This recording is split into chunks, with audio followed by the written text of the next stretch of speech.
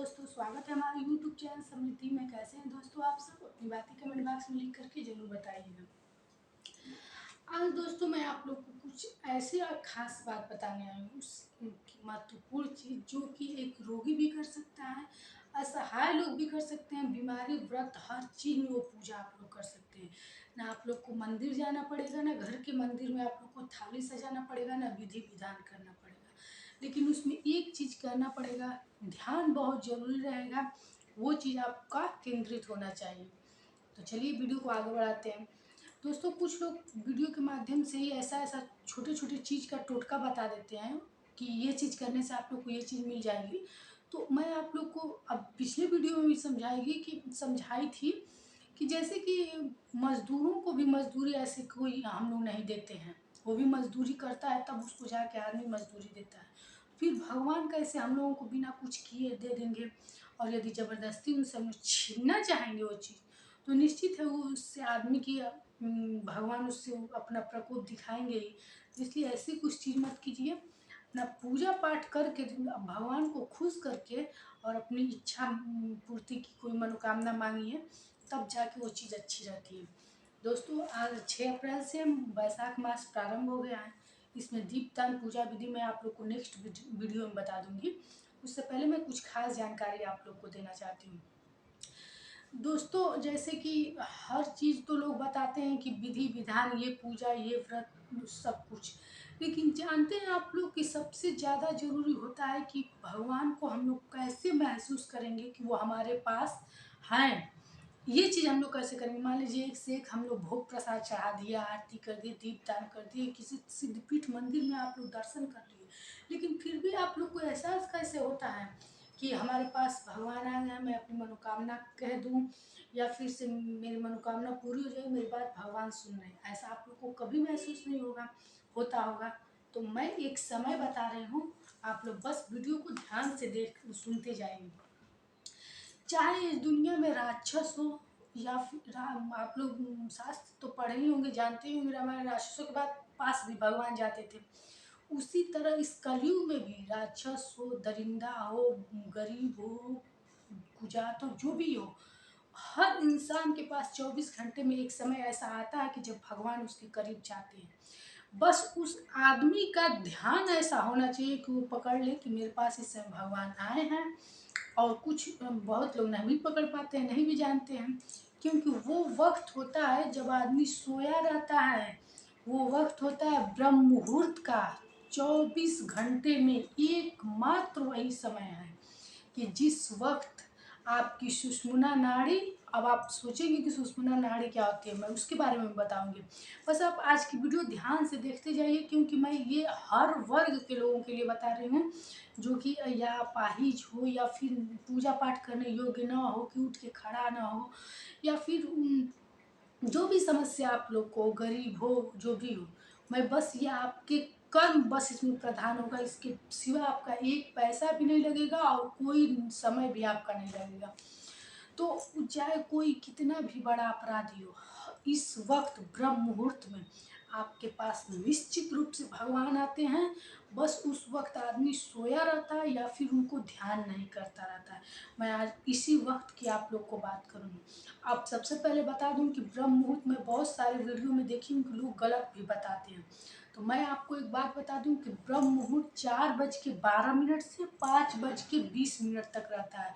अब आप सोचेंगे कि 4:12, क्योंकि घड़ी, ये जो घड़ी, दीवार घड़ी, हाथ की घड़ी, ये तो हम लोगों ने बनाया है, टाइम सेट किया है। लेकिन ऐसी बात इस जनरेशन को समझाने के लिए 4:12 कहना पड़ता है। नहीं तो मैं वो चौघड़ी के माध्यम से आप लोग को बताने लगूँ तो शायद आप लोग को समझ में नहीं आएगा। ये घड़ी जो होती है, घड़ी मतलब अभी चौघड़ी की वाली घड़ी मैं बोल रही हूँ, शास्त्रों वाली, वो 4 मिनट की होती है। 4 मिनट की एक घड़ी बोली जाती है। तो उस अनुसार जोड़ के जब 4:12 होता है, तो उस वक्त से ब्रह्म मुहूर्त शुरू हो जाता है। उसके पहले अधियारा कहा जाता है। पहले मुर्गा भी जो बोलता था, जिससे हमारे साधु संत जगते थे, वो भी 4:12 से ही मुर्गा बोलता था और लोग जगते थे। तो आप किसी ऐसे वीडियो पे मत जाइए कि 6 बजे तक ब्रह्म मुहूर्त रहता है, 5:30 बजे तक ब्रह्म मुहूर्त रहता है। ऐसी कोई बात नहीं, ब्रह्म मुहूर्त उतने ही टाइम का रहता है, क्योंकि उसके बाद जो काल समय होता है वो उसमें भगवान पृथ्वी पर रहते ही नहीं है। इतना कलयुग में भगवान रहेंगे उस समय, लेकिन एक वही समय ऐसा होता है जिस वक्त भगवान स्वयं पृथ्वी पर आते हैं, प्रत्येक मनुष्य के पास वो जाते हैं, क्योंकि हमारे शरीर में जो नाड़ियाँ होती हैं, 7 नाड़ियाँ हमारे पीछे शरीर में होती हैं, वो उस वक्त जागृत होती हैं, और जागृत होती हैं तो हम लोग तो नींद में रहते हैं, और फिर अपने स्वतः अपने वापस चली जाती है। और रही बात सुषुम्ना नाड़ी की, तो ये जो दो हमारे नाक हैं, तो इसमें से जब दोनों में से सांस चलती हो, ये हमेशा एक में से आप एहसास कीजिएगा, एक बंद करके एक ही में से सांस आती जाती है, एक बंद रहता है एक चालू रहता है। जब दोनों में से जाए उसी वक्त आपकी सुषुम्ना नाड़ी जागृत हुई है, पूरा ज्ञानेंद्रिया, और उस वक्त आप जो मनोकामना मांगे, आपकी जीवा पर जो बात लाएंगे वो सत्य होगी। अब ये आपके ऊपर है, चाहे आप प्रिय लाएं चाहे जो लाए, अब आप उसी वक्त मांग लें कि हमारे दुश्मन का नाश हो, मौत हो, जो भी हो। लेकिन जानते ही हैं आप लोग कि भगवान से कभी भी ऐसी बात मांगनी नहीं चाहिए कि किसी की हानि हो। अपनी उपलब्धि मांगिए, लेकिन किसी की हानि मांगने का आपको कोई अधिकार नहीं। तो भाई इसी वक्त की बात बोल रही हूँ कि इस वक्त आप अपने नाड़ियों को कैसे जागृत करके, क्या करके, और आप अपनी मनोकामना जो भी हो वो पूरा कर लेंगे, और आप भगवान को अपने सामने कुछ दिन के अंदर खुद ही पाएंगे कि मेरे पास भगवान है, मेरी बातें सुन रहे हैं। चाहे आप जितने भी अब तक के पाप कर चुके हो, जो भी हो, साढ़े साती भी ऐसे ही होती है, पाप कर्मों की साढ़े साती सजा देती है, और उस वक्त लोगों को अपना ज्ञान कराती है कि तुम ये पाप कियो, ये सजा भुगतो। लेकिन इस वक्त यदि आप जाग के सिर्फ 4:12 से आप 5 मिनट 10 मिनट, जब भी हो 5:20 तक का समय रहता है, अब आपके ऊपर है कि कब आप 10 मिनट इसमें जग जाते हैं।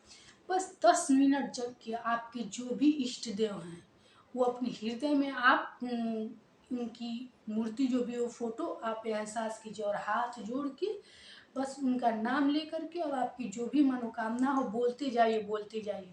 और रात में ही अपने बिस्तर के पास एक घी का दिया, तिन्नी के तेल का दिया, जो भी हो, सरसों के तेल का दिया नहीं, वो रख लीजिए।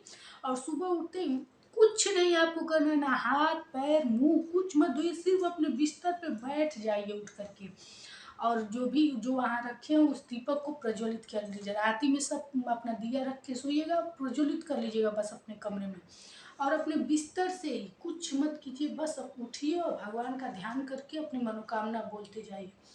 कुछ दिनों के अंदर ही आपको महसूस होगा कि आपके पास भगवान है, और आपकी जो भी मनोकामना रहेगी, अपार संकट भी होगा, निश्चित रूप से पूरी हो जाएगी।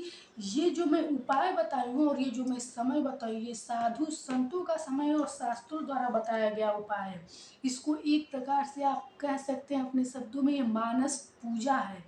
आरती पूजा करते वक्त शायद आपके मन में भगवान के ध्यान नहीं आता होगा, इधर उधर की भी बातें सुनते रहते हैं, सामान्य सी बात है।